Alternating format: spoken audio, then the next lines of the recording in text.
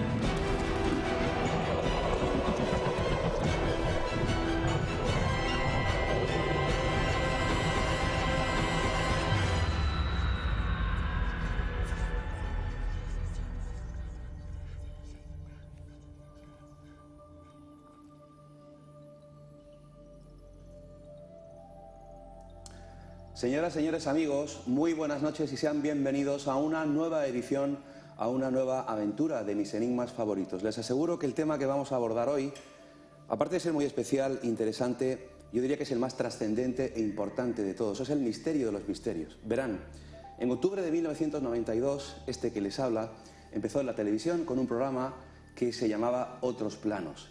El primer reportaje que hice para ese programa fue sobre vida después de la muerte. Han sido más de 20 años de búsqueda, de experiencias, de entrevistas con gente muy variopinta, gente que ha tenido experiencias cercanas a la muerte, que ha vivido algo real, que han estado muertos clínicamente y que luego han contado que han vivido algo. Entrevistas a científicos, a investigadores, a escritores, periodistas y en conclusión a mucha gente que piensa y cree que realmente hay algo tras la muerte. 20 años intensísimos en los que el servidor no ha parado de buscar y todavía me sigo haciendo preguntas, aunque tengo la certeza casi absoluta de que tras la muerte pues hay otra vida, diferente a esta, desde luego que sí. Hoy vamos a hablar sobre vida después de la muerte y también sobre la reencarnación, porque creo que son dos asuntos que pueden ir juntos de la mano. Y hay muchas cosas que como seres humanos todavía no comprendemos. Hablando con el invitado que tenemos hoy aquí, reflexionábamos sobre si actualmente en este sistema en el que vivimos, en esta sociedad, tenemos tiempo para reflexionar, para pensar sobre estos asuntos. Muy probablemente en estos momentos, pues quizá usted se va a ir a la cama, o quizá lo haga después de ver y escuchar este programa, y quizá piense y reflexione sobre todo esto. ¿Qué pasa después de la muerte? ¿Qué sentido tiene nuestra vida? ¿Por qué estamos aquí? ¿Por qué hay niños que mueren de hambre? ¿Qué sentido tiene todo eso? ¿Nos reencarnamos? ¿Venimos de vidas anteriores? ¿Hay vida antes de la vida? Hoy empezamos con vida después de la muerte. ¿Qué hay detrás de esa puerta que todos, absolutamente todos, tenemos que cruzar? ¿Solo silencio? ¿El aterrador silencio de la nada? Eran gente como nosotros, con parecidos sentimientos a los nuestros, y con toda seguridad, con la esperanza puesta en que después de la muerte continúa la existencia de una forma distinta, ausente de angustia y libre de dolor. Cualquiera de esas tumbas puede ser la nuestra, porque todos, absolutamente todos, tenemos una cita inexcusable con la muerte. Hoy o mañana, dentro de un siglo o dentro de una hora, siempre inoportuna y siempre puntual, la muerte nos espera. Por eso a todos nos interesa saber si esa cita es el final definitivo, la caída de un sueño sin ensueños, o por el contrario es el principio de otra historia.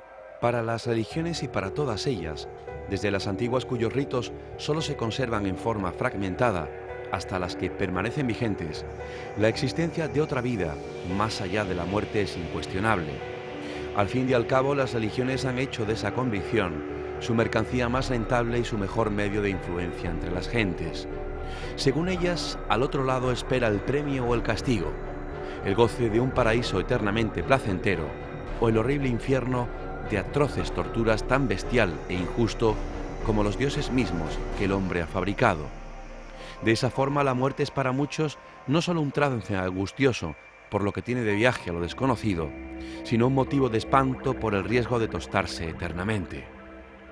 En noviembre de 1975 se editaba un libro de curioso título, Vida después de la vida.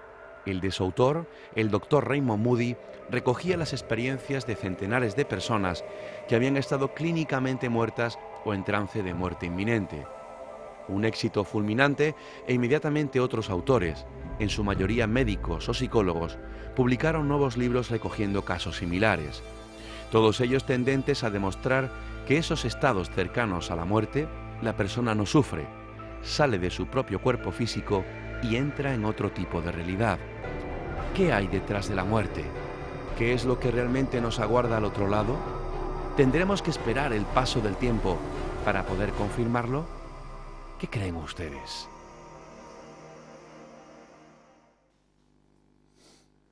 Y para hablar del misterio de los misterios que hay detrás de la muerte, está con nosotros un viejo amigo de este programa. Estuvo con nosotros en la temporada pasada para hablar de otro tema interesante, el origen emocional de la enfermedad. Es doctor en Ciencias Químicas por la Universidad de Valencia.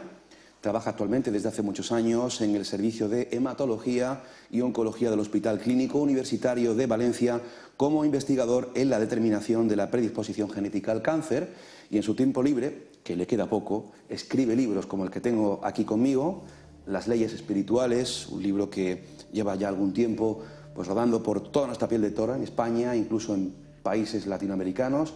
Mucha gente que ha leído este magnífico ejemplar, Las leyes espirituales. Y tengo conmigo otro libro que es de reciente publicación, también hablamos de él la temporada pasada, La ley del amor, Las leyes espirituales 2. Luego también haremos referencia a ellos para bucear una vez más qué hay en su interior. Y libros que tengo aquí encima de la mesa que tienen relación con el tema. Vicente Guillén, mi querido hermano de espíritu, bienvenido. Un placer. Un placer que estés aquí nuevamente con nosotros. ¿Hay vida después de la muerte? Mi opinión es que sí. Y mi opinión creo que no es una opinión basada en la creencia religiosa, sino más bien en la investigación, en una búsqueda personal donde las evidencias científicas han contribuido mucho a formar esa visión. Y creo que en el programa de hoy pues vamos a hablar de ello, porque siempre se ha pensado que el tema de la muerte era un tema que la ciencia no podía investigar, o que era un tema paranormal, un tema de la religión, pero mi opinión es que no es así. Creo que la ciencia debe ser la búsqueda de la verdad, y creo que la muerte es algo que todo ser humano quiere saber qué significa y saber si la vida termina ahí o continúa después de la muerte física. Claro, es que luego escucharemos también una encuesta que hemos podido realizar en la calle sobre este asunto.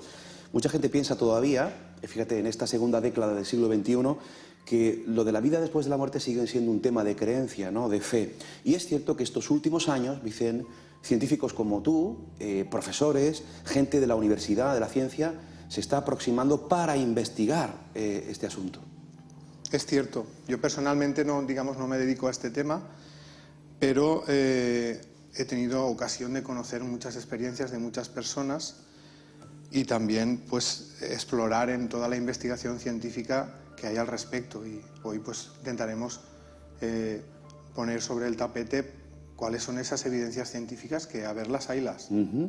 ¿Se puede afirmar, si no categóricamente en parte, que científicamente puede haber una demostración de que hay algo tras la muerte, una actividad?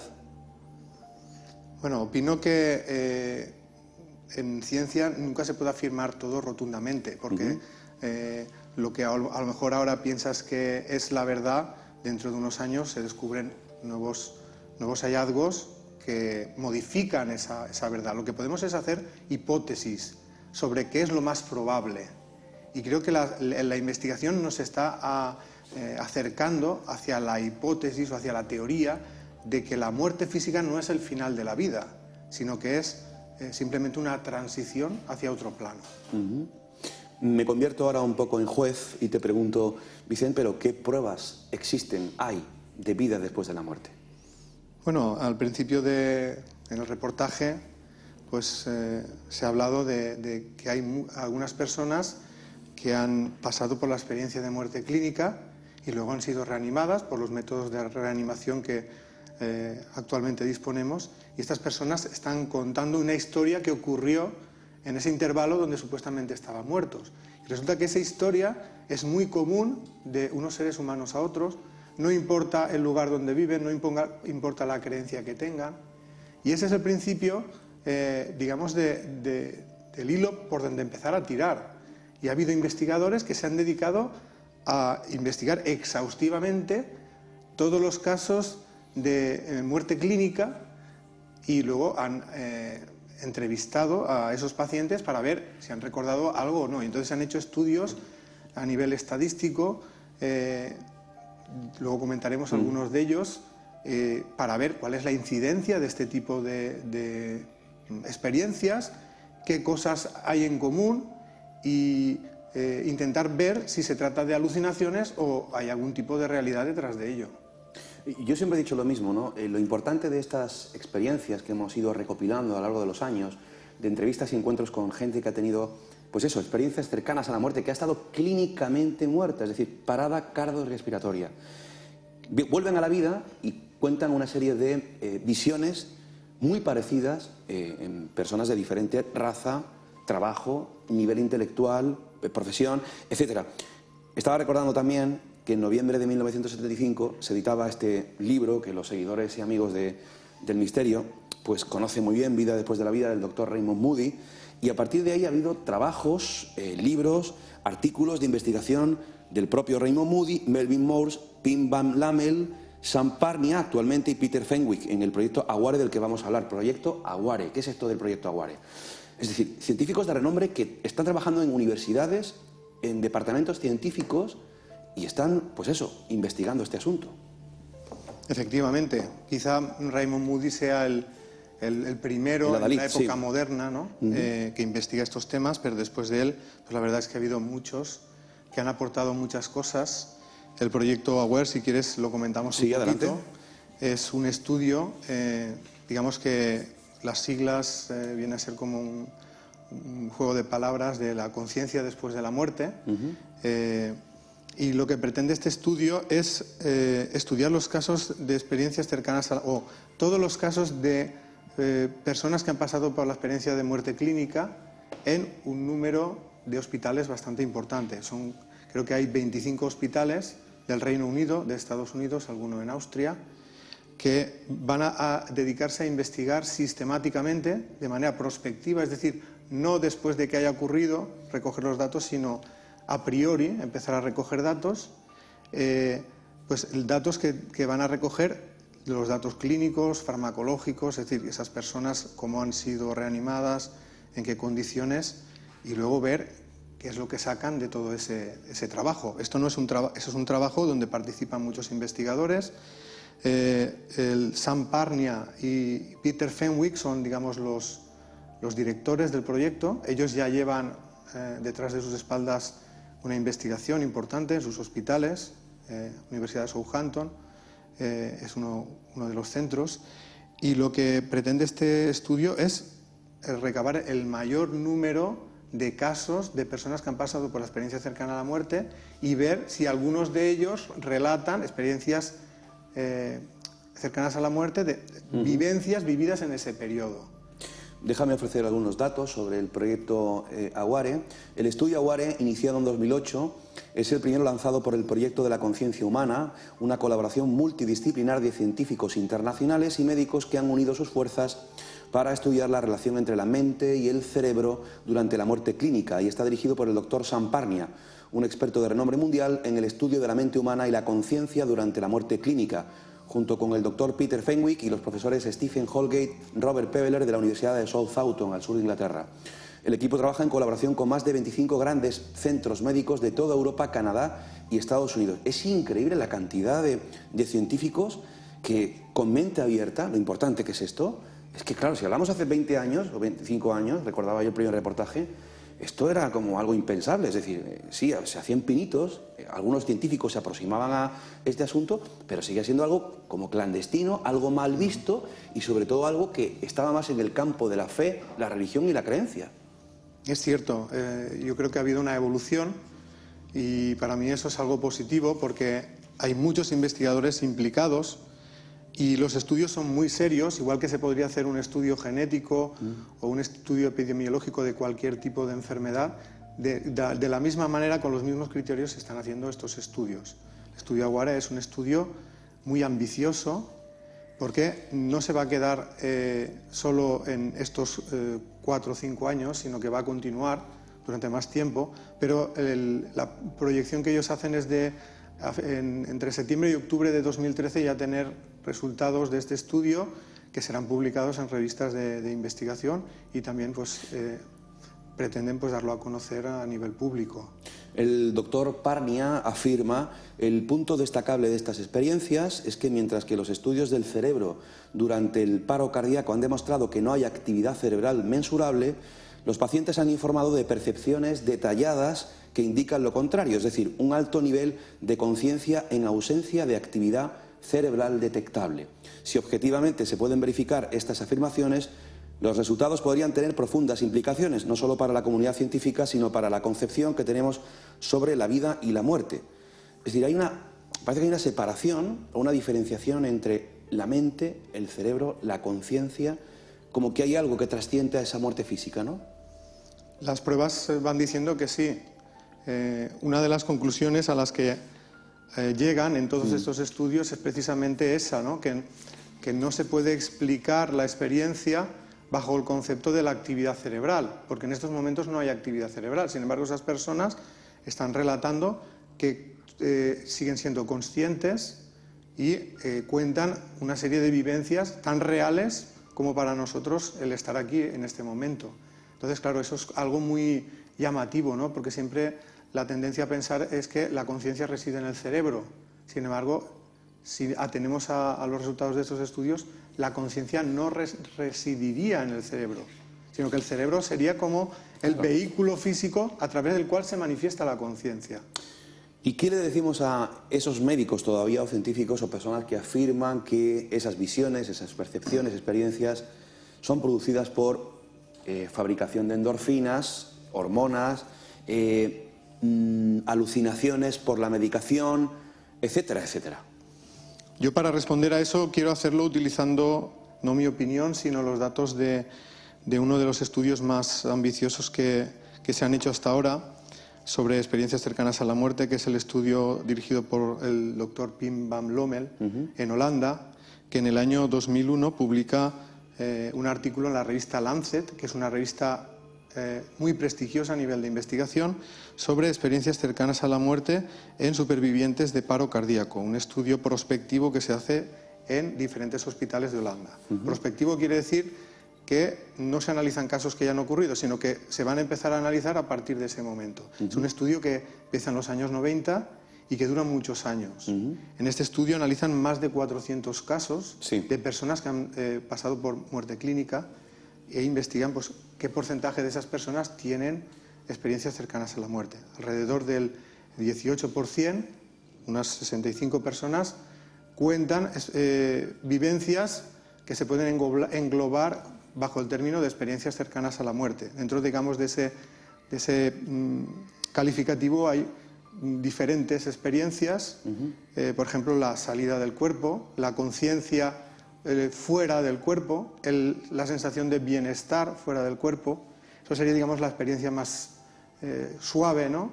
Luego hay personas que relatan un viaje por una especie de túnel, al final del cual llegan a un lugar donde se sienten maravillosamente, un lugar que describen como un lugar muy luminoso, donde suelen describir el encuentro o bien con seres queridos que ya han fallecido o seres que ellos reconocen como sus guías.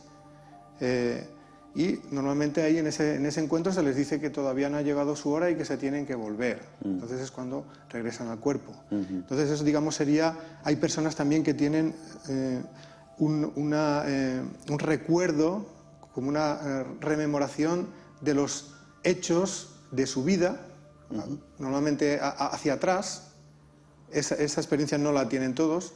Eso sería, digamos, el tipo de vivencias que estas personas están viviendo. Algunas de ellas, cuando salen, pues cuentan lo que están haciendo los médicos con ellos, o sea, recuerdan el diálogo que han tenido entre ellos, y eso es una de las cosas que puede servir para darle validez a este tipo de experiencias, el hecho de que supuestamente en ese estado tú no puedes percibir lo que los demás están haciendo contigo, además lo cuentan desde fuera.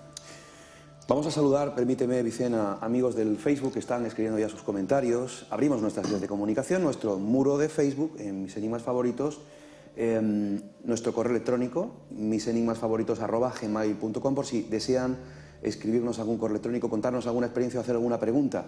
Hay muchos comentarios, por ejemplo, Isabel Alavedra dice: estoy leyendo el libro de José María Gaona, Al otro lado del túnel, y me encanta, aquí lo tengo conmigo, lo envió la editorial, espero poder tenerlo en el futuro. En el programa he hablado con él varias veces por teléfono, está ahora mismo muy liado con trabajo, pero es un fantástico libro, el cual tú también recomiendas, Vicente, Al otro lado del túnel, un camino hacia la luz en el umbral de la muerte, de José Miguel Gaona Cartolano, del doctor, psiquiatra y médico. Rosario García Parra en Facebook dice: yo lo que sí he experimentado una vez fue ver la película de mi vida. Eso es cierto que sucede. Estaba convencida de que un coche me iba a atropellar y aún ni me explico cómo le hice para saltar apoyándome incluso en el capó y terminar en la acera. En fin, el caso es que la película pasó por mi mente y hasta creí que me había muerto, una cosa muy rara. Y bueno, los casos de personas que cuentan detalles mientras les operaban cuando estaban en muerte clínica, eso tiene tela. Es cierto, es decir, parece que cuando hay un accidente o cuando la persona ve peligrosidad de su vida, hay una revisión de la vida, no una película, pasa muy deprisa por tu... como si lo vieras como una película. Ese es otro de los momentos donde se suelen tener experiencias cercanas a la muerte, o accidentes, o personas que están a punto de ahogarse, siempre situaciones, digamos, límite, ¿no? Volviendo un poco a la pregunta que tú hacías sobre si no podría ser esto algún tipo de alucinación por... Causas físicas: anoxia, falta de oxígeno, destrucción de células nerviosas, por ejemplo. Sí. Lo que dice Pim Van Lommel es que en realidad todos estos pacientes han pasado por ahí, quiero decir, todos han tenido falta de oxígeno, tenido destrucción de células nerviosas, pero solo una parte de ellos tienen la experiencia. Y como digo, no es la mayoría, sino alrededor de entre el 10 y el 20%. Él dice que si todo esto fuera una cuestión puramente fisiológica, debería ser casi todo el mundo el que la tuviera. Sin embargo, solo hay una parte de ellos. Otra de los argumentos puede ser el tema del miedo a la muerte, que tenemos miedo a la muerte y nos inventamos esa historia para, bueno, invitarnos a esa esperanza, ¿no?, de que seguimos continuando, ¿no?, por ese miedo. Sí. Una de las cosas que dicen en este artículo es que ellos preguntan, entre las cosas que se les pregunta a estos pacientes es sus creencias. Sus creencias religiosas. Sus creencias, si tienen miedo a la muerte, si no la tienen. Incluso si tuvieron miedo a la muerte en el momento que les estaba pasando esto. La mayoría de esas personas, o sea, podemos diferenciar que en este estudio hay dos grupos, los que no tienen la experiencia y los que sí la tienen. Claro. Pues en cuanto a creencias religiosas, el porcentaje de creyentes era el mismo en los dos grupos. Digamos, no había ninguna diferencia, no había, digamos, una predilección de personas que eran creyentes y tenían la experiencia, no. Habían personas que no eran creyentes, ateas, de diferentes creencias religiosas, en los dos grupos igual. Por lo tanto, no parece ser que esto predisponga a tener la experiencia. Vamos a hablar ahora, porque tenemos que hacer nuestro primer alto en el camino, Vicente, si la medicación puede también producir estas visiones y cuáles son las conclusiones de estos estudios. Pero permíteme, porque hemos ido a la Universidad de Málaga, a la Facultad de Medicina, y le hemos preguntado a un buen amigo de este programa, catedrático de Biología Celular, José Manuel Fernández Fígares, qué piensa él sobre si hay vida después de la muerte. Esto fue lo que nos respondió. Personalmente, creo que es una locura, ya lo decía San Pablo, ¿no? Una locura para los griegos, para quien quiera razonarlo, pero para mí es una fuente de esperanza. El anuncio de Jesús de Nazaret, de ese Jesús que lo veo en la sábana, de yo os resucitaré el último día. Y ya San Pablo también decía, creemos en Cristo resucitado, si Cristo no ha resucitado seríamos los más estúpidos que pueden existir, ¿no? Porque es duro estar bregando toda la vida y de pronto apagarse y no existir. Para algunos le parece muy bien, para mí no. Para mí no. A mí me gustaría, como decía mi hermano, danzar delante de los ángeles, y disfrutar de otra vida, otra forma de estar. Los científicos dedicados a la física son los que tienen una cabeza mejor amueblada, ¿vale? Y entonces, entre todos los premios Nobel de física, le hicieron una encuesta, una pregunta muy sencilla: ¿cree usted en Dios? ¿Sí o no? ¿Vale? Y iban tomando esa encuesta. ¿Sabes lo que resultó? Que la proporción de creyentes y no creyentes era la misma proporción como si le hubieran preguntado a un trabajador, a un albañil, a una persona que de ciencia no sabe nada. La misma proporción. Esto es maravilloso. La inteligencia ni te perjudica ni te da ninguna ventaja. El creer o no creer está dentro de nuestro ser y ya está. Y vamos a escuchar una última opinión para dar paso a la publicidad. Le preguntamos también a nuestro buen amigo, periodista y escritor, también espero que esté próximamente con nosotros, Javier Sierra, qué pensaba él sobre la vida después de la muerte. Esto fue lo que nos dijo. Javier Sierra está convencido de que hay vida después de la muerte, pero también de que hay vida antes de la vida. Nosotros somos un paréntesis en una cadena que es eterna. Fíjate que hasta personajes muy escépticos en la historia, como Thomas Alva Edison, el hombre que inventó la lámpara incandescente o que sentó las bases de la moderna televisión, que, en fin, manifestó en muchas ocasiones y públicamente que él era ateo, él formuló una teoría muy curiosa al final de sus días que llamaba la teoría de las unidades de vida. Él creía que cada uno de nosotros está formado por millonésimas partículas, que llamaba así, unidades de vida.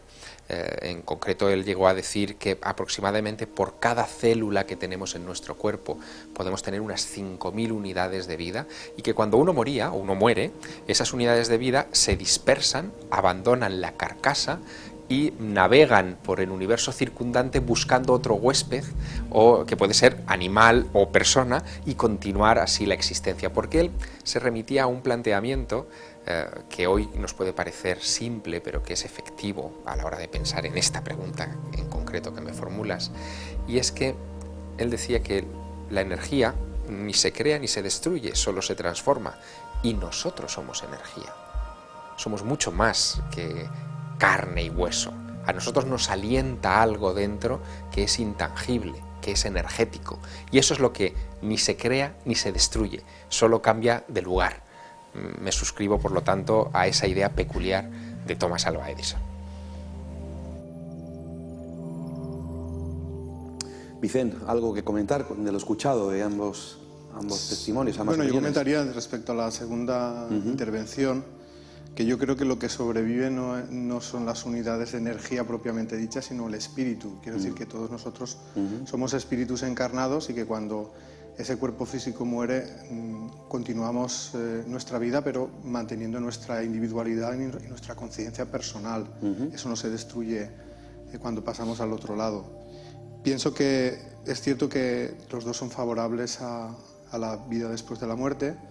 El primer testimonio, digamos que entra dentro de la creencia clásica, ¿no? De que se trata de un tema de creencias, y que los científicos también tienen creencias y que por tanto creen en la vida después de la muerte. Pero creo que, aparte de eso, que es cierto, creo que también no debe ser solo un tema de creencias, sino también de investigación científica. Totalmente. Como la que estamos mostrando. Vamos a hacer nuestro primer alto en el camino. La segunda parte seguimos adentrándonos en la vida después de la muerte, y también nos vamos a adentrar en la reencarnación. Leeremos algunos comentarios interesantes que se están produciendo de nuestros amigos en Facebook. Hasta ahora mismo, amigos.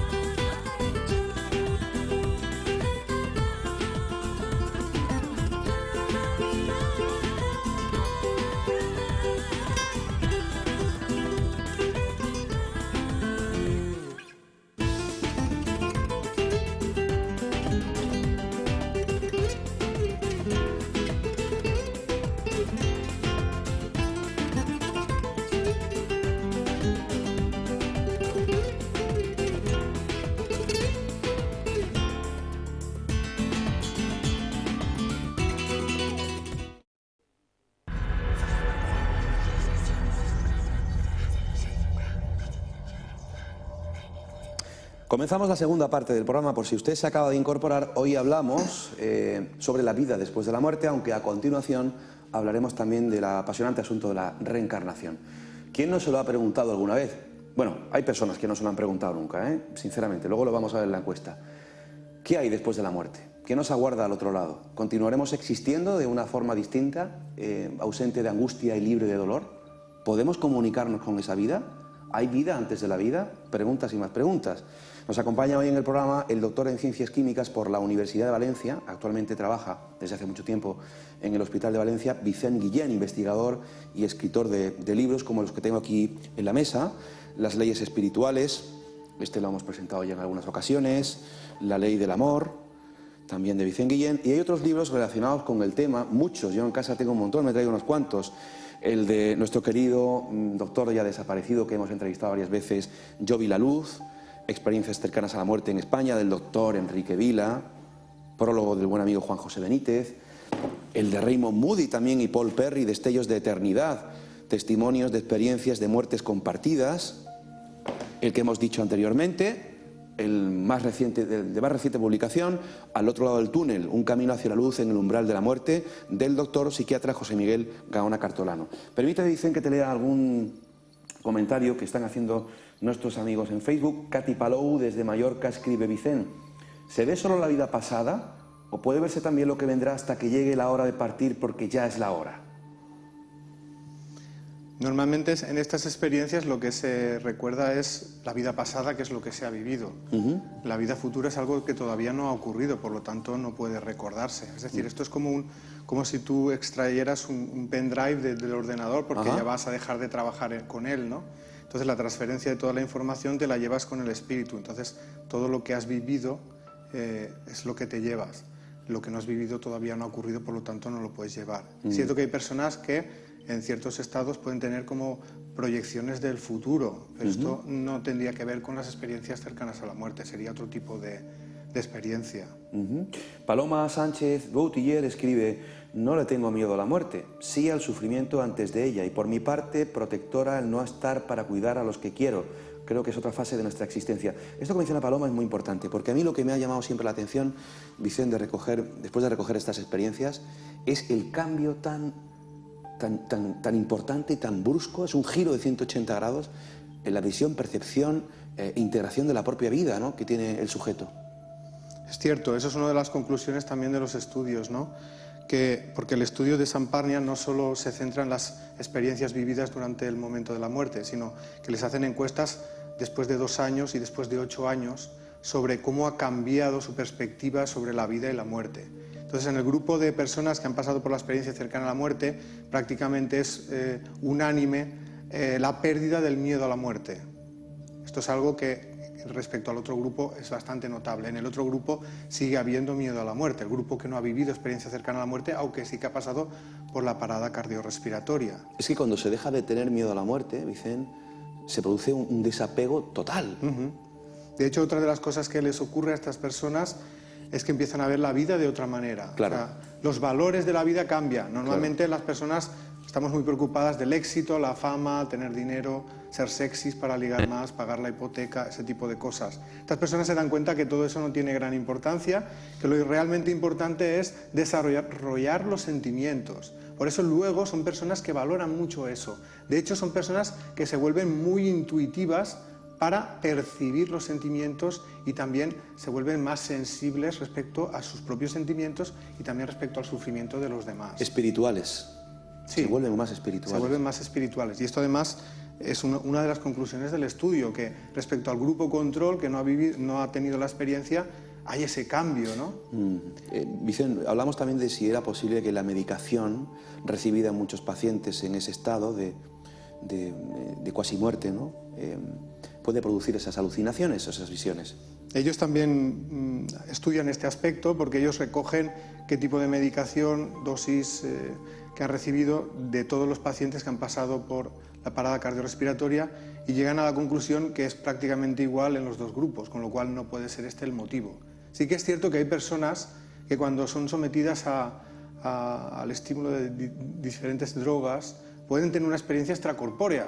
Esto, por ejemplo, se sabe mucho de la anestesia durante una intervención, por ejemplo. Las intervenciones quirúrgicas ha provocado en algunas personas la salida fortuita del cuerpo, y estas personas cuentan la vivencia. Pero esto no sería equiparable a decir que es una experiencia puramente química, porque a lo mejor el factor químico puede generar la salida del cuerpo, pero el hecho de que uno salga del cuerpo, eso es una experiencia que pertenece al espíritu, y es un reflejo de que nosotros no somos nuestro cuerpo, sino que somos algo más. Estábamos hablando anteriormente del proyecto Aguare, Conciencia durante la reanimación. Van a ver ustedes una página web ahora en pantalla por si quieren saber más sobre estas investigaciones. Dice este estudio que durante Aguare los médicos utilizan las últimas tecnologías para estudiar el cerebro y la conciencia durante el paro cardíaco. Al mismo tiempo también intentará verificar si son reales o no las experiencias extracorpóreas durante la parada cardíaca y si se puede ver y oír mientras está fuera del cuerpo, mediante el uso de imágenes generadas aleatoriamente que solo son visibles desde el techo.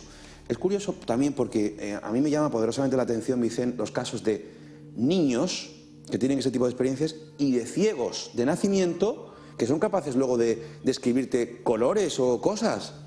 Es cierto. De hecho, el testimonio de los niños un poco viene a echar por tierra la teoría de que esto te lo imaginas tú porque no te quieres morir. Exactamente. Porque hay muchos niños que son de una corta edad, que 2, 3 años, que en ese momento la conciencia no te permite tener miedo a la muerte porque no sabes ni lo que es. Exacto. Además, tampoco puedes imaginar toda una experiencia tan compleja como la experiencia cercana a la muerte. Por lo tanto, el caso de los niños todavía lo tendríamos que tener como un caso más verídico o de mayor confirmación de que esto es real. Y eso es precisamente lo que ha hecho... hay un pediatra que se ha dedicado a hacer estos estudios, que es el doctor Melvin Morse, que trabaja en un hospital de niños en Seattle. Ha vivido, digamos, la atención a niños que han pasado por la parada cardiorrespiratoria y han sido reanimados. Y estos niños, pues algunos de ellos pues también han contado la misma experiencia que los adultos. Vicente, vamos a concluir momentáneamente este asunto aquí, que está muy relacionado con lo que vamos a hablar a continuación, pero yo te pregunto, ¿cómo sería la vida si todos fuéramos conscientes y supiéramos de verdad, integráramos en nuestro ser de que hay vida después de la muerte, de que no hay que tenerle miedo a la muerte, de que hay que enseñar, yo creo que desde los colegios, desde la temprana edad, y tener una educación sobre esto, sobre la muerte, ¿no? Y sobre la continuidad? ¿Cómo viviría la humanidad sabiendo esto? Bueno, creo que sería un cambio totalmente radical respecto a la forma de vida. Como he dicho antes, ahora vivimos mucho la vida material y pensamos poco en el avance espiritual. Si empezamos a tener conciencia de que aquí solo estamos de paso, que venimos muchas veces, eso hablaremos luego, y que en cada una de esas veces que venimos es como un curso de una formación en la que intentamos desarrollar la capacidad de amar y eliminar el egoísmo, pues automáticamente eso haría que muchas personas cambiaran su forma de ver la vida y de comportarse en la vida. Dejarían de lado la satisfacción del egoísmo y se dedicarían más al desarrollo de los sentimientos. ¿Hay vida antes de la vida? ¿Quiénes de ustedes no han tenido la sensación, por ejemplo, de estar en algún lugar y decir, caray, es que este sitio lo conozco y además soy hasta capaz de describir ciertas áreas de ese lugar? Yo he tenido el caso de varias personas que han sido capaces de, nunca he estado en ese sitio, y capaz de relatar ciertas áreas de templos o lugares, o la sensación de decir, a esta persona la conozco yo ya, la sensación de haber tenido una vida anterior. Hablamos ahora de reencarnación. La reencarnación es la creencia consistente en que una esencia individual de las personas, ya sea mente, alma, conciencia o energía, adopta un cuerpo material no solo una vez, sino varias. Esta creencia aglutina de manera popular diversos términos: metempsicosis, transmigración, reencarnación, renacimiento, recorporación. Todos estos términos aluden a la existencia de un alma o espíritu que viaja o aparece por distintos cuerpos, generalmente a fin de aprender en diversas vidas las lecciones que proporciona la Tierra, hasta alcanzar una forma de liberación o de unión con un estado de conciencia más alto. La creencia en la reencarnación ha estado presente en toda la humanidad desde la antigüedad. En las religiones egipcia, griega, hinduista, budista y romana. Está presente en la mayoría de las religiones orientales, como el hinduismo, el budismo y el taoísmo, y también en las religiones no adulteradas africanas y tribales de América y Oceanía. En la historia de la humanidad, la creencia de que una persona fallecida volverá a vivir o aparecer con otro cuerpo, con una personalidad generalmente más evolucionada, ha sobrevivido incluso dentro de las religiones judio-cristianas, cristianismo, judaísmo e islam. Son prácticamente las únicas que no la contemplan, pero han permanecido bajo la forma de diversas herejías y posturas no oficiales. La noción de renacimiento, o como se ha traducido en Occidente, de reencarnación, también se encuentra entre los aborígenes de las praderas en Estados Unidos. Consideran que en la vida el hombre recorre el camino rojo o el camino negro y que al morir realiza un viaje cuya culminación, en caso de haber seguido el primer sendero, consiste en cesar de nacer y morir y poder replegarse en el centro de todas las cosas. En cambio, una vida llena de afectos egoístas y equivocada se hace merecedora de nuevos nacimientos para purgar su conducta. La reencarnación, según la parapsicología, es un concepto equívoco, porque sería admisible que almas de difuntos habitasen cuerpos de vivos, total o parcialmente. Pero el equívoco residiría en entender que es todo el ser el que se traslada y que en definitiva se trata del mismo ser. Hay experiencias de personas que supuestamente manifiestan conocimientos que no podrían tener por medios normales, que solo una persona difunta o sus allegados podrían poseer. Es el caso de los niños adoptados como grandes lamas. Hoy, una vez más en el programa, abordamos este fascinante y complejo asunto: realidad o creencia, la reencarnación. Comencemos la investigación. Yo les traslado ahora esta pregunta. ¿Qué creen ustedes que son? ¿Somos un cuerpo solamente? ¿Tenemos conciencia, mente, espíritu? ¿O realmente somos un ser espiritual con una experiencia física, con un cuerpo físico? ¿Qué dirías tú, Vicente? La segunda. Somos un ser espiritual con una experiencia humana, ¿no? Con múltiples experiencias en el plano físico, porque venimos muchas veces. Esta sería una más de las veces que venimos. Vicente, hay tantas cosas que hablar de la reencarnación y seguro que hay muchos amigos que están pensando, bueno, la ley del karma, el por qué, por ejemplo, niños recién nacidos con poca o corta edad desarrollan enfermedades extrañas, por qué mueren niños tan jóvenes, por qué hay personas que se van tan jóvenes, por qué es injusta la vida en ese sentido.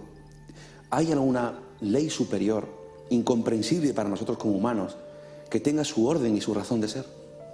Para mí sí, todas estas circunstancias, como las que expones tú, que nos ocurren en esta vida y aparentemente parecen injustas, son una continuidad de lo que hemos vivido en otras vidas. Yo suelo comentar que nuestra vida no es una película, sino que es un capítulo de una serie muy larga, un culebrón diría yo, porque tiene muchos capítulos. Si empezamos a ver un culebrón en el capítulo 150, seguramente no le pillaremos el argumento a lo que está ocurriendo. Necesitaríamos ver un resumen al menos de los capítulos anteriores para ponernos al día.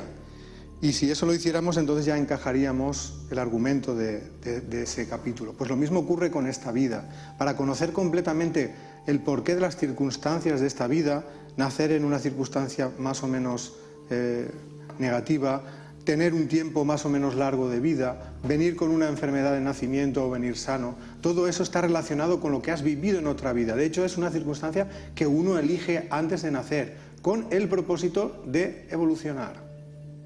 ¿Me hablas como una especie de genética espiritual? En cierta manera, podríamos decir que no solo genética espiritual, sino que existe una ley de justicia espiritual. Es decir, que... La ley del karma. Sí, la llama la ley del karma. La ley del karma, pero no solo en negativo, porque la ley del karma parece que sea solo la vertiente de tienes que hacer frente a los actos negativos. También podríamos hablar del dharma. Del dharma, ¿no? Exacto. Es decir, la ley de la justicia espiritual es objetiva, en el sentido de que te enfrenta exactamente a lo que tú has hecho. Luego, cuando tú lo experimentas, puedes decir, esto me genera sufrimiento, me genera felicidad. Sí, pero por ejemplo, el escéptico te podría decir, o el no creyente, mire usted, es que esa enfermedad puede ser por un tema genético o cromosómico. Sí, cierto, porque hay una causa física para la enfermedad. Pero ¿quién decide en qué espíritu encarna en esa circunstancia? Ahí es donde vendría la elección hecha en el plano espiritual. Es decir, hay un origen de la enfermedad genética y por supuesto que lo podríamos explicar con la ciencia materialista, pero ¿por qué encarna ese espíritu ahí y no cualquier otro? Esto es la elección que se toma en el plano espiritual. No es aleatorio, no es casualidad que encarne ese espíritu. Tiene su razón de ser. Sí, es una prueba que ese espíritu elige porque... Ese espíritu elige y los que están con él. Y los que están con él. Es una prueba tanto para el que encarna como para los que lo reciben. Para los padres también es una gran prueba. Ajá. El espacio entre los cuerpos, como bien definiría un buen amigo, Antonio Peralta, la reencarnación, el espacio entre los cuerpos. ¿Cuántas vidas tenemos entonces, Vicente? ¿Por qué no las recordamos? Bueno, yo creo que tenemos una única vida, que es la vida espiritual, y tenemos diferentes encarnaciones. La vida continúa después de la muerte, seguimos siendo nosotros, y lo que ocurre en el momento en que nacemos al mundo físico es que vivimos una experiencia de vida en el plano físico. No hay un límite, quiero decir, no hay un número determinado, eso depende de cuántas necesite cada espíritu para evolucionar. Son incontables, pero sí que es cierto que el propósito de todas esas vidas es el desarrollar la capacidad de amar y poco a poco eliminar el egoísmo. Y en eso, digamos, estamos todos metidos. La reencarnación consiste en evolucionar espiritualmente y una vez que hayamos evolucionado espiritualmente ya no volveremos a reencarnar más. Hay un final en el proceso de reencarnación. Eso no quiere decir que sea un final en la evolución, porque el espíritu puede continuar su evolución en planos más avanzados, más sutiles, sin necesidad de encarnar. Pero a todos los que estamos en este mundo todavía nos falta mucho para llegar a ese punto. Esto lo digo porque hay personas que dicen, no, ya esta es mi última encarnación, yo ya no voy a encarnar más. Y yo cuando me dicen eso, pienso, eso son tus ganas.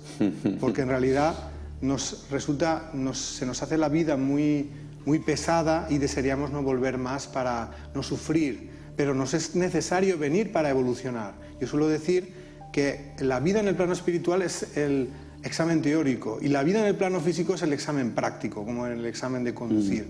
Aquí es donde pones a prueba aquello que has aprendido, en unas condiciones donde tú eres totalmente libre, donde no estás influenciado por los guías espirituales, no estás tan influenciado por tus tutores espirituales, donde hay un recuerdo, un olvido del pasado espiritual, precisamente con la intención de que tú seas tú con libertad para que los actos que decidas sean porque son de tu voluntad, no porque tienes miedo a un ser superior. Yo, al igual que tú, Vicente, a lo largo de esta trayectoria de búsqueda y de investigación, y también como periodista, entrevistando a mucha gente, he conocido casos alucinantes, con un montón de datos, de información, que desde luego te hacen pensar y reflexionar y decir, algo de verdad hay en esto. Pero a día de hoy, si hablamos de reencarnación, estamos hablando de creencia, o qué evidencias científicas se pueden aportar para decir que la reencarnación es una realidad. Igual que en el otro caso, también hay investigadores que se han dedicado a estudiar estas experiencias que tú comentas. Algunos de esos recuerdos son espontáneos, sobre todo en niños de corta edad, mientras que otros ya en adultos se pueden obtener a través de regresión, hipnosis regresiva. Digamos, el caso de los niños es algo, creo que es muy importante estudiarlo y que es algo que se da espontáneamente y entonces creo que esto nos puede dar mucha información y eso precisamente pensaba el doctor Ian Stevenson cuando estaba encarnado, porque ya desencarnó. Él se dedicó, es un doctor canadiense que se dedicó, trabajaba en la Universidad de Virginia, se dedicó a estudiar los supuestos casos de recuerdos de otras vidas en niños de corta edad. Esto suele suceder en niños de 3, 4 años y a partir de los 6 o 7 años suelen olvidar estas experiencias. Lo que él ha intentado es buscar por todo el mundo casos de recuerdos espontáneos, intentando verificar si lo que el niño recordaba había ocurrido en realidad o no. Y pues en sus investigaciones, en sus artículos y en sus libros, pues cuenta todos los datos que él ha ido encontrando. El trabajo de Ian Stevenson ha sido continuado por el doctor Jim Tucker, también de la Universidad de Virginia, y ha seguido pues publicando artículos sobre este tema Ellos tienen una base de datos de más de 2.000 casos de niños que recuerdan vidas pasadas. Intentan hacer estudios estadísticos sobre hasta qué punto esto es real o no. Claro, te iba a preguntar una vez más, porque se tiene que hacer esta pregunta, es si esos recuerdos que relatan estos niños, aunque cierto que hay casos muy documentados, de verdad, créanme, o los sujetos bajo hipnosis regresiva, no son invenciones, fantasías, autosugestión, imaginación. Poniendo el caso de que haya casos que sean así, la única manera que tenemos de confirmar si es un recuerdo real o es una ilusión es intentar verificar si lo que el niño recuerda ha ocurrido en realidad o no. Esta es la única manera que tenemos. Entonces, esto es lo que ha hecho Ian Stevenson. Ha intentado verificar si esto era real o no, y se han dado casos extraordinarios. Yo ahora recuerdo un caso que aparece en uno de los artículos de un niño, esto era en un país asiático, creo que era Birmania o Tailandia, que decía que él había sido maestro en otra vida y que cuando iba en bicicleta al colegio hubo alguien que le disparó y lo mató. Y entonces él se acordaba de esa vivencia. Además dijo cómo se llamaba, dónde trabajaba y todo. Entonces Ian Stevenson toma conocimiento de este caso y se va a ver si esto ha sido real o no. Entonces verifican que realmente hubo una persona que se llamaba como el niño decía, viviendo en el sitio que decía, que trabajaba de profesor y efectivamente fue asesinado por la espalda. Pero además, digamos para más INRI, es disparado en la cabeza por detrás y el niño tenía una mancha de nacimiento justamente en los 2 puntos de la trayectoria de la bala. Por lo menos ellos relacionan ese tipo de marcas con la huella de la vida anterior de la muerte. Esto que estás diciendo, que estás contemplando, efectivamente, cuando uno revisa toda la casuística de casos de este tipo, de reencarnación, hay muchos niños que nacen con marcas en la piel. Y es curioso cómo se van desarrollando los acontecimientos, porque al final hay una explicación a esa marca en la piel de una vida anterior. Es sorprendente, créanme, de verdad.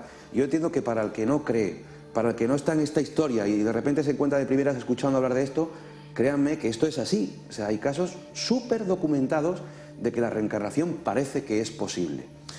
¿Te parece que escuchemos una nueva opinión? Escuchamos ahora al periodista, escritor y director de la revista Año Cero, Enrique de Vicente. ¿Qué piensas sobre la reencarnación?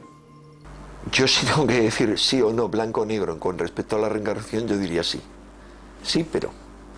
Es decir, el pero es, primero, si yo tengo que elegir entre las formas de supervivencia o de no supervivencia, en general, es decir, ¿se puede sobrevivir después de la muerte? O al menos hay gente que sobrevive después de la muerte. Fíjate que el planteamiento es duro. Yo diría sí. Hay gente que sobrevive después de la muerte. Pero no es que lo diga yo solo por opinión. Es lo que ha mantenido la tradición esotérica siempre. Pero aunque la tradición esotérica ha mantenido cosas mucho más duras y que se han mantenido fuera del alcance de la mayoría. Y es que la supervivencia de los diferentes cuerpos no es algo asegurado para todo el mundo. Y estamos hablando de diferentes conceptos cuando hablamos de alma, de espíritu. Hay otros muchos conceptos. Hay diferentes tipos de entidades sutiles que componen el cuerpo humano, como sabían los egipcios, que hablaban de 7 entidades diferentes. De esas 7 entidades, ¿hay alguna que sobrevive en todos los casos? Parece que sí, hay una chispa divina, algo así en la concepción general. Pero el alma sobrevive en todos los casos, el llamado cuerpo astral sobrevive en todos los casos. La respuesta es no. No es otra cosa sino eso lo que ha preocupado a los hermetistas de todos los tiempos, que han practicado, entre otras cosas, la alquimia interna y la alquimia externa en todas las civilizaciones, desde China, Egipto a América precolombina, y han realizado técnicas para lograr la inmortalidad. La inmortalidad de esos cuerpos sutiles, no la inmortalidad del cuerpo físico, aunque la inmortalidad del cuerpo físico, la prolongación de la vida, era una preocupación notable para los egipcios y sobre todo para los taoístas. Tenemos casi ya que concluir la segunda parte. Hemos recibido varios emails, daremos lecturas de ellos en la tercera parte del programa. ¿Algún comentario, Vicente, sobre lo escuchado? Bueno, para mí, digamos, hila más fino, ¿no?, en el tema de la composición de esa parte espiritual, ¿no? Habla del cuerpo astral, podemos hablar también del cuerpo mental, cuerpo espiritual. Yo me quedaría, mi opinión es que nuestro espíritu es inmortal, que aunque pueda tener diferentes envolturas más o menos groseras que puedan estar sujetas a la destrucción, el lugar donde reside la conciencia, donde reside el sentimiento y la voluntad, jamás se destruye. Somos inmortales. Desde mi punto de vista, sí. Además, todos lo somos. No solo los que creen en una determinada religión, como a veces se nos ha querido hacer creer. Antes de irnos a publicidad, Vicente, una pregunta muy personal, y estoy seguro que está en el ánimo de muchos de los que nos están viendo. Las personas que forman parte de nuestra vida, ya sean amigos, relaciones de pareja, familia, todas esas personas que son importantes de verdad y que están durante un cierto tiempo en nuestra vida, ¿es porque en una vida anterior han formado parte de la nuestra? A veces sí, a veces no. Es decir, puede haber una parte de personas que son espíritus que conocimos en otras vidas, que conocemos del plano espiritual y con la que ya hemos compartido muchas vicisitudes en las vidas anteriores. Y hay veces que hay una primera vez para ese contacto. Todo eso, desde luego, se prepara antes de nacer. La conformación de las familias es una decisión que se toma antes del nacimiento de mutuo acuerdo con los que aparecen luego, que vuelven a encarnar. ¿Y si pudiera averiguar esto a través de la hipnosis regresiva? Podría ser posible. Hacemos nuestro segundo alto en el camino, regresamos enseguida con más historias. Hasta ahora.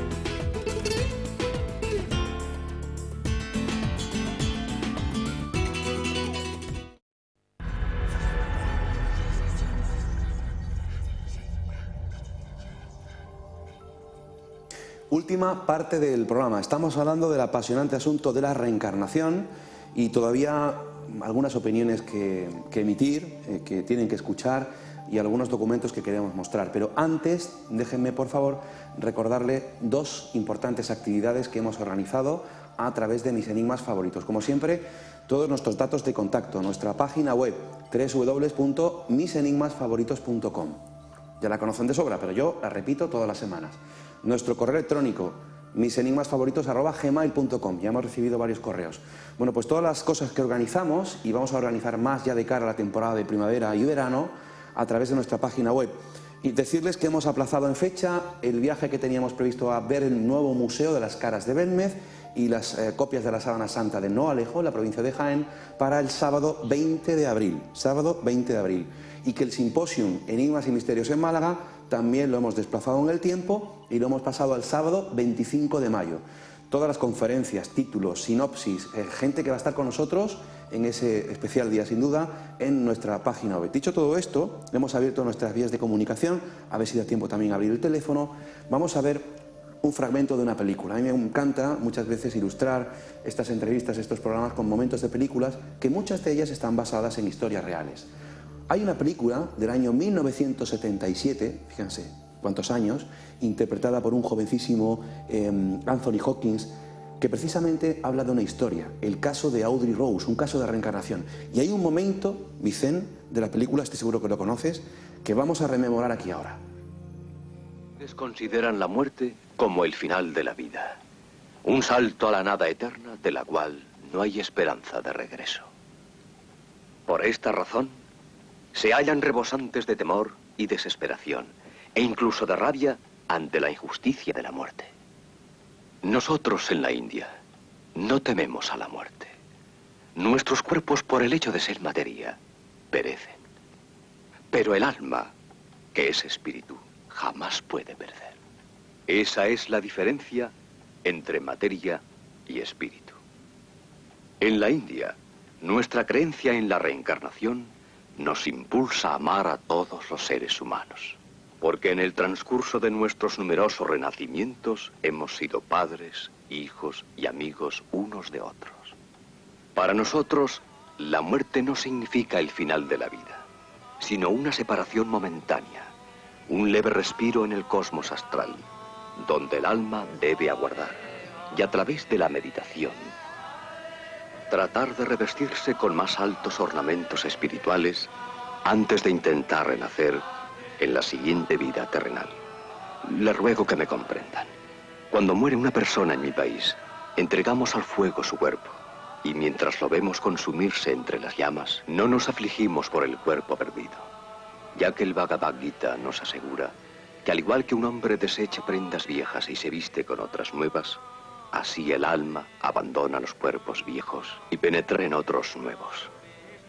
De este modo nuestras mentes están libres del temor a la muerte y podemos vivir cada vida terrenal de forma espiritualmente provechosa, porque estamos seguros de que el final es bueno y todos son bendecidos hasta el último átomo en la escala de la existencia.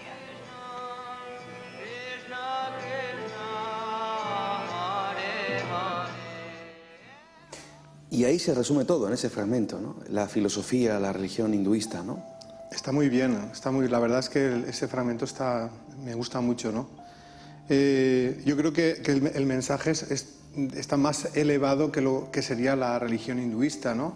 Porque a veces también uno puede malinterpretar egoístamente la idea de la reencarnación y, por ejemplo, montar sistemas de castas, decir que es que tú no puedes salir de ahí porque en otra vida lo hiciste mal. Eso no se puede saber. Claro. Y además no es justo que utilicemos el conocimiento que tenemos para justificar la desigualdad y el egoísmo. El mensaje que transmite él es mucho mejor porque habla del amor al prójimo y que venimos a evolucionar. Entonces creo que es más elevado incluso que de lo que es la creencia hinduista, ¿no? Vicente, ¿por qué olvidamos nuestras vidas anteriores? Creo que eso es un olvido temporal que tiene el objetivo de que cuando venimos a esta vida actuemos con libertad.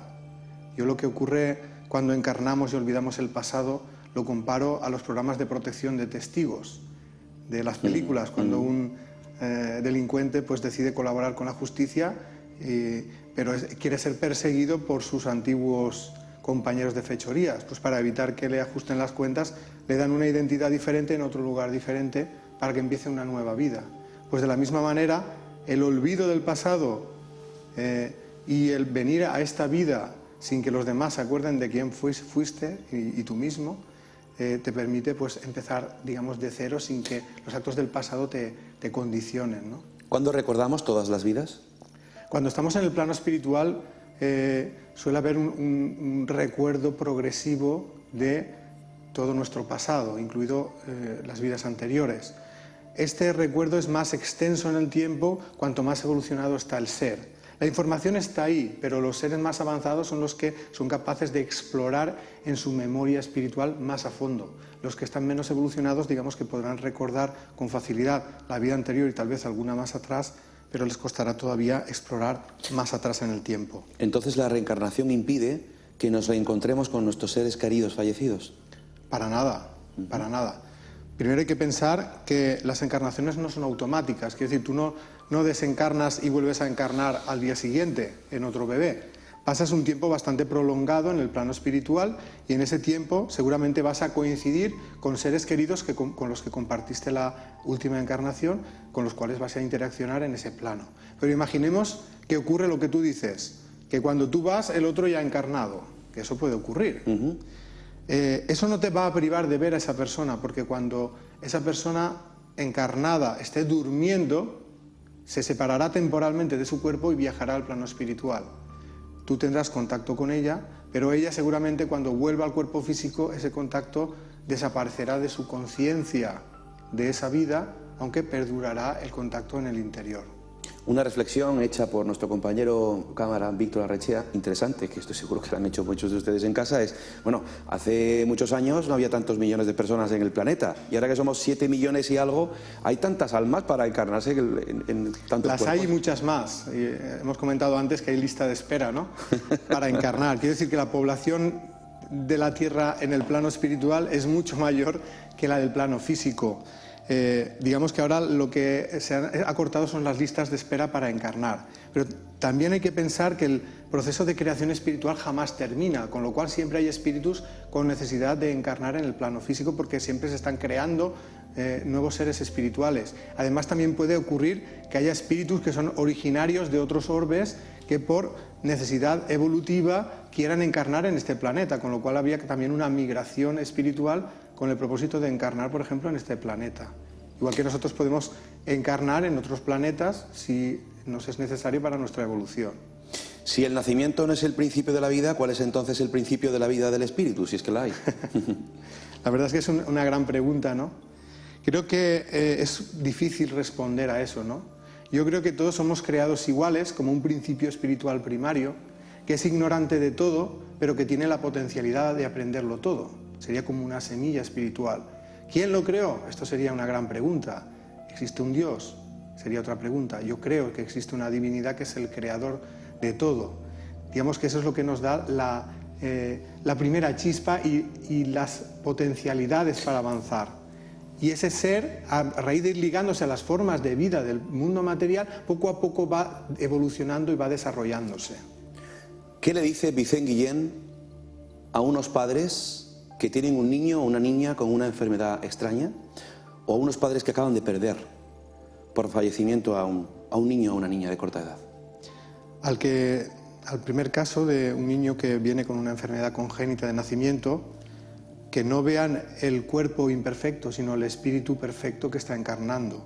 Yo suelo decir que esa circunstancia es parecida a la del músico que tiene un instrumento desafinado. Esto no quiere decir que no sepa de música, sino que le ha tocado un instrumento con el que tendrá dificultad para expresarla. Pero si entienden que la vida es la vida del espíritu, sabrán que esa es una circunstancia que ese espíritu ha elegido con el propósito de evolucionar, que cuando esta vida termine ese cuerpo será dejado y ese espíritu seguirá su vida espiritual completo, sin esa tara, y que en otra ocasión volverá a encarnar sin esa tara, y que ellos han elegido ser los padres de ese ser porque también quieren colaborar en su proceso evolutivo, que también es una prueba para ellos. En el segundo caso, la persona que ha perdido a un ser querido, fallecimiento de un hijo, por ejemplo, a temprana edad, que la muerte no existe.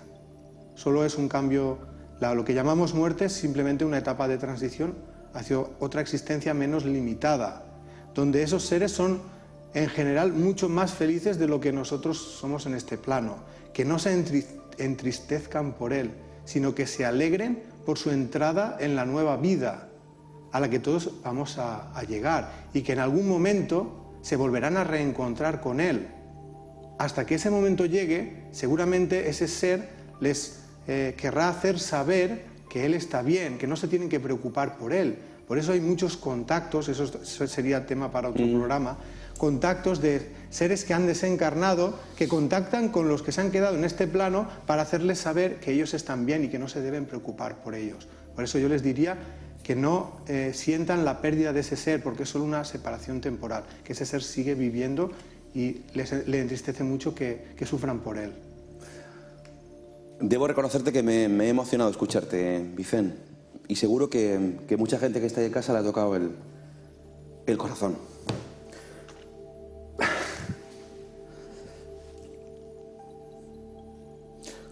Wow. Vamos a escuchar ahora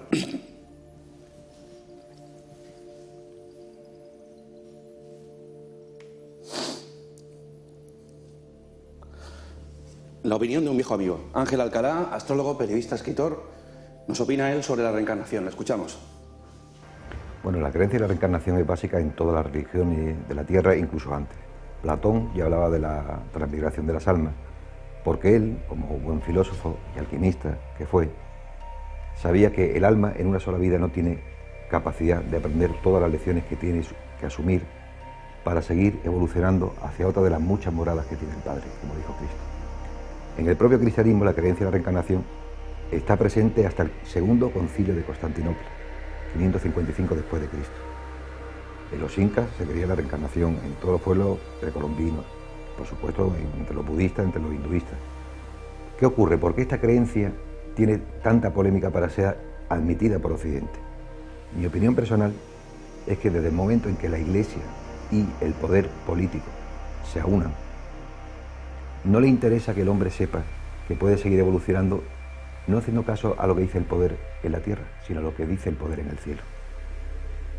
Y ese es el origen de todas las persecuciones que han sufrido los heterodoxos, los gnósticos, los esotéricos a lo largo de la historia, porque siempre han sido incómodos para todo poder terrenal, disfrazado de religión o de poder político. Porque al no hacer caso al poder político temporal, por ejemplo, un cristiano español de hace 5 siglos podría decir, pues yo no voy a robar, matar, violar a estos indios porque voy a ir al reino de los cielos. Sino que se podía plantear que eso le iba a originar un karma, una deuda, e iba a respetar a esos habitantes, porque eran sus hermanos. Pero no le interesó nunca al poder político que esa creencia se extendiera. Jamás. Y ese es el núcleo de grandes disputas, incluso dentro del seno de la Iglesia y dentro del propio cristianismo. Los gnósticos han defendido siempre la creencia en la reencarnación. Y de forma muy sutil, otros padres de la Iglesia, que en sus escritos lo advierten. Otra cosa que no se le quiera dar esa interpretación porque no interesa. Pero ahí está, ahí está. He entrevistado muchas veces a Ángel Alcalá. Él durante años ha ejercido la astrología kármica, ha visto las reencarnaciones, las vidas pasadas en las cartas astrales. Y es cierto también, ¿no?, que la Iglesia, ese cristianismo, a través de sus diferentes concilios, ha extirpado, ¿no?, ha eliminado, ¿verdad?, la idea de la reencarnación. Lo que ha dicho Ángel es totalmente cierto. La reencarnación era una creencia en el cristianismo inicial. Yo diría que antes de que se llamara cristianismo, los seguidores de Jesús creían en la reencarnación y el propio Jesús habló en ocasiones de la reencarnación. Hay diferentes evangelios apócrifos que recogen ese mensaje de Jesús. Lamentablemente pues fueron extirpados de los evangelios canónicos y aún así hay ciertas partes donde podemos ver los retazos, ¿no?, de esa creencia. Por ejemplo, cuando está hablando Jesús con Nicodemo, ¿no? Efectivamente. Cuando le habla, ¿es posible que un ser pueda volver a nacer? Y él dice, en verdad os digo que todos tenéis que volver a nacer para... No recuerdo, digamos, literalmente. Sí, pero efectivamente hace mención ahí... Hace una referencia al concepto de la reencarnación. Es preciso nacer de nuevo. Efectivamente. También hay un momento en que hablan del tema de quién creéis que soy o quién es Juan el Bautista, y unos dicen Elías, es Elías que ha vuelto. ¿No? Es decir, que eso quiere decir que había una creencia en el judaísmo respecto a la reencarnación, porque si no, no hubieran pensado que podía ser un profeta antiguo que hubiera encarnado de nuevo. Vicente, tenemos una opinión más que escuchar, una encuesta, pero déjame leerte algún email que nos han enviado. Nuestra buena amiga periodista Claudia Madrid Moctezuma dice: buenas noches a todos. Del tema que habláis hoy, lo que más me llama la atención son las coincidencias entre personas tan distintas y distantes. Para algunos se trata de aspectos más vinculados con la psicología, para otros algo que trasciende la ciencia convencional.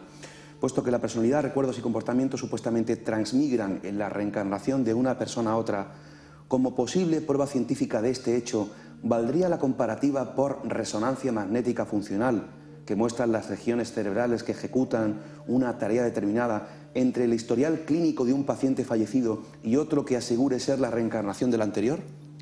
Eso es algo que yo no sabría contestar, ¿no? Es una pregunta bien difícil, pero creo que es muy complicada. Yo simplemente podría decir que hay que pensar que cuando uno desencarna, el cuerpo que ha conservado en ese, o que ha utilizado en esa vida se destruye, con lo cual es muy difícil que alguna característica de ese cuerpo pueda pasar para la vida siguiente. Digamos que lo que perdura es la esencia espiritual. Entonces es muy complicado que algo que pasa solo a través del espíritu se pueda ver en sucesivos cuerpos, a no ser que sea una huella que acompaña a ese espíritu. Y yo ahora recuerdo el caso también de un niño que encarnó en una familia, y él recordaba haber estado en esa familia 12 años antes, de un niño que murió de un cáncer y que tenía un problema al caminar de cojera, y luego también tuvo ceguera en un ojo, el ojo izquierdo, y en la vida siguiente volvió a manifestar estas dos situaciones, la de la cojera y la de la ceguera, posiblemente porque era un espíritu que seguía necesitando vivir esa experiencia que fue demasiado corta por el motivo que fuera y que en la siguiente vida continuó con la misma circunstancia. Pero no porque heredara a nivel genético la condición, sino porque espiritualmente necesitaba vivir la misma circunstancia física. Rafael Morales, buenas noches desde Sevilla, me llamo Rafa y estoy muy agradecido por poder ver por internet este programa tan interesante. Hay unos libros también muy interesantes, no solo de la vida después de la muerte, sino del espacio entre una vida y otra, como son los estudios realizados por Michael Newton en sus libros La vida entre vidas, Destinos de las almas y su último libro, que lo acabo de comprar para leerlo, Memorias del alma. ¿Los conoces? Sí, los dos primeros sí, el último no. La verdad es que son libros muy interesantes y esclarecedores del recuerdo no solo de vidas anteriores, sino del periodo entre vidas. Hola Luis Mariano, tengo una pregunta para Vicente Guillén, ya que sabemos que después de la muerte hay vida. ¿Me podrías decir si es verdad que con las regresiones se pueden ver las vidas anteriores a la actual y tiene que hacerlo un especialista o por el contrario lo puede hacer cualquier persona? Gracias de antemano y un saludo desde Almodóvar del Río, de Córdoba. Es posible recordar vidas pasadas a través de hipnosis regresiva. Eso no quiere decir que esto sea la carta, que si tú no vas y pones el ticket quiero regresar a la vida anterior a vivir esto. Más bien tú recuerdas lo que necesitas para tu evolución en esta vida y a veces puedes recordar cosas y a veces no recordar nada porque en ese momento no se te permite, porque no es necesario en tu evolución. Es decir, que el que quiere recordar por curiosidad difícilmente va a recordar nada. Hay veces que los recuerdos de otras vidas aparecen espontáneamente, incluso a través de sueños, sea en personas, en niños o en personas adultas. Y cuando eso ocurre es porque necesitas tener ese recuerdo para encajar algo de esta vida que, por la razón que sea, no has conseguido encajar. Escuchamos a otro buen amigo, estuvo hace poco en el programa, le hemos preguntado qué cree él si hay vida después de la muerte. Mariano Fernández Urresti, le escuchamos. Creo creer que hay algo después, pero obviamente es un presentimiento o un sentimiento, pero no se sustancia en ninguna razón concreta, ¿no? Interpreto que si en nuestro interior anida energía, y la energía, dice la ciencia, no se destruye, sino que se transforma, nos transformaremos. Lo que no sé muy bien es en qué. También pudiera ocurrir que lo que nos pase es que nacemos y que ahora estemos muertos, visto desde ese ángulo. A lo mejor por eso venimos llorando. Curiosa y simpática la reflexión que hace Mariano. Lo mismo estamos muertos en este momento y cuando morimos nacemos. Si lo miramos bien, la muerte en este plano es el nacimiento a la otra vida. Claro. Y el nacimiento en este plano es la muerte en la otra vida, porque hay una transición entre ambos planos. Incluso hay también un cordón umbilical que se corta cuando morimos, que es el cordón de plata. Entonces, de cierta manera, sí que se puede considerar que las transiciones entre planos son nacimientos para el plano en el que entras y muerte para el plano que dejas. Hemos salido a la calle, Vicente, y hemos preguntado a toda esta buena gente que van a ver y escuchar qué creen si hay vida después de la muerte y por qué. Escuchamos. ¿Crees que hay vida después de la muerte y por qué? Sí, hay vida después de la muerte. Por ejemplo, yo soy musulmán y creo que hay una... Después de la muerte vamos a levantarnos para el juicio final, para saber quién ha hecho lo bueno y lo malo. Yo pienso que hay algo. No es que sea vida o no, pero sí creo que hay algo y vamos, muchas cosas de las que vemos lo demuestran. El qué no lo sé. Creo que depende de la mentalidad de cada persona, de cómo viva cada persona y según la vida que haya tenido ya después se enfocará hacia una cosa u otra. Bueno, me han contado que hay algo. Yo creo que también que hay algo, pero no lo sé, yo no lo he visto. Yo pienso que hay algo, pero la verdad que uno fallece y deja de estar en este mundo, pero yo creo que hay algo. El alma se tiene que quedar en algún sitio, pero creo que después de la muerte hay algo, pero no se sabe porque como nadie ha ido y ha vuelto, pues no. Según el momento te contestaría una cosa u otra. Según ahora mismo te digo que no, que nos morimos y se acabó. Pues no lo sé, cuando me muera ya te lo diré. Siempre nos han concienciado de eso, ¿no? Mejor que aquí sí. Ajá. Mejor que este mundo sí, más que ya la han estropeado del todo. Creo que no hay vida. One would like to believe that there is something. No lo sé, la verdad. No lo sé. La verdad que nunca me lo he planteado, o sea, es algo en lo que no pienso. Vivo el día a día y no pienso en el más allá, la verdad. Creo que no. Pues yo creo que sí, ¿no? Pero no sé por qué. Bueno, yo pienso que sí, que puede ser que haya algo. La esperanza que nos queda después de estar aquí tantos años, de pensar que hay algo más allá, sí. No lo sé, no lo sé. Y yo es un tema que no me preocupa por ahora. Algo habrá, digo yo, ¿no? Yo creo que sí hay algo. Pues ya lo vemos. Algo habrá. Yo creo que después de la muerte no hay nada.